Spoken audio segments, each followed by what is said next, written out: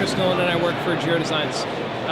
Today we're going to go through a couple helmet SKUs as well as a couple of shoes. And I'm going to explain the basic differences between introductory level product all the way through the top tier professional grade racing helmets.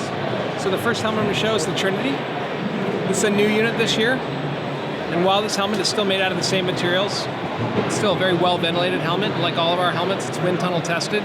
So all of these vents are channeled inside and out of the helmet to provide optimal airflow. But on the lower end helmets, the helmets that aren't as expensive, you're going to see a smaller vent. This helmet for this year though does have a complete wrap. It has an integrated fit system as well as replaceable pads on the inside.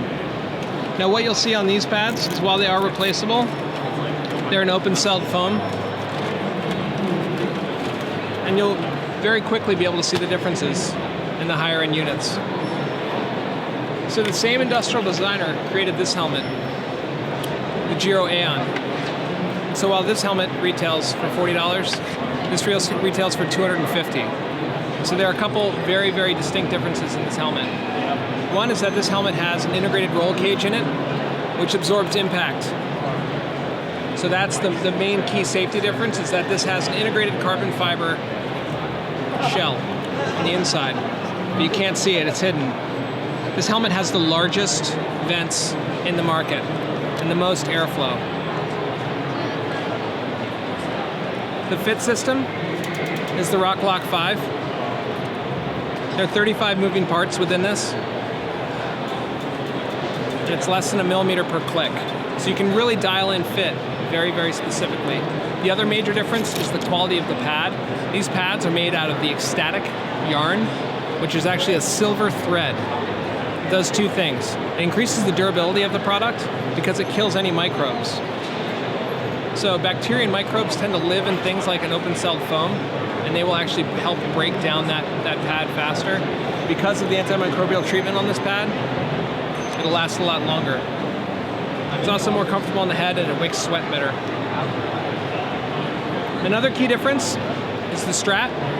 These straps are thinner, so they lie flatter on your face. They don't weigh as much.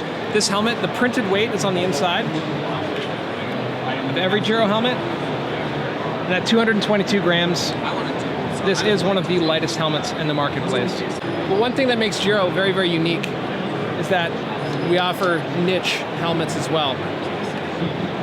And so for consumers who are looking for all the aerodynamic advantages of a full aero helmet, but the comfort and everyday riding, we have the Air Attack in two models. We have the Air Attack and then the Air Attack with the shield. And I'll start with the Air Attack just to go through the features. So the Air Attack has the same thin line strap.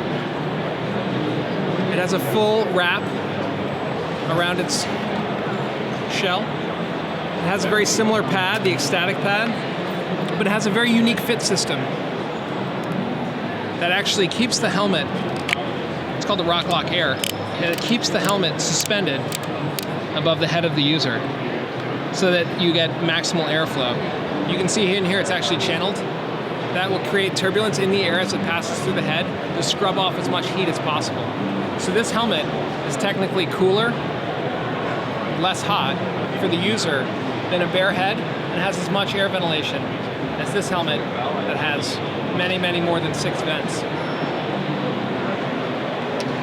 This helmet is 12% slower than the fastest aerodynamic helmet on the market, but those helmets are single position helmets.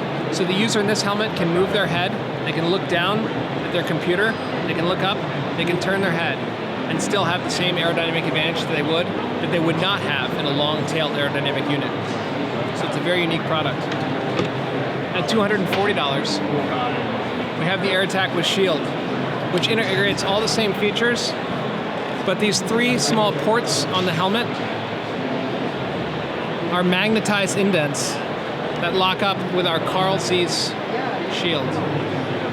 So the Zeiss quality optics that on this unit are covered so that if I knock it off and drop it, it won't damage the shield. It's kind of good. The shield can be in 2 positions. You can wear it up if it gets dark. You can remove it, put it on while riding your bicycle, with great ease. That's the AirTac shield. It's slightly more aero with the shield than without, but it's negligible. It's probably about 8 grams, so it's not a ton of advantage. But the real advantage here is not having to wear sunglasses. So for a true time trial or sprint triathlon, you can go from one thing to the next simply by flipping the shield. And as you can see, as I pull it off here, the magnets are very robust. So it really is affixed. You can hit a bump, and the visor won't just fly off your face. So that sums up the differences between an opening level price point helmet. The major differences are going to be in the strap, the ventilation, the pad, and how the helmet is sized. So this would be a universal fit helmet that fits most heads very, very well, whereas a small, medium, or large are going to fit helmets or fit heads with a little more specificity.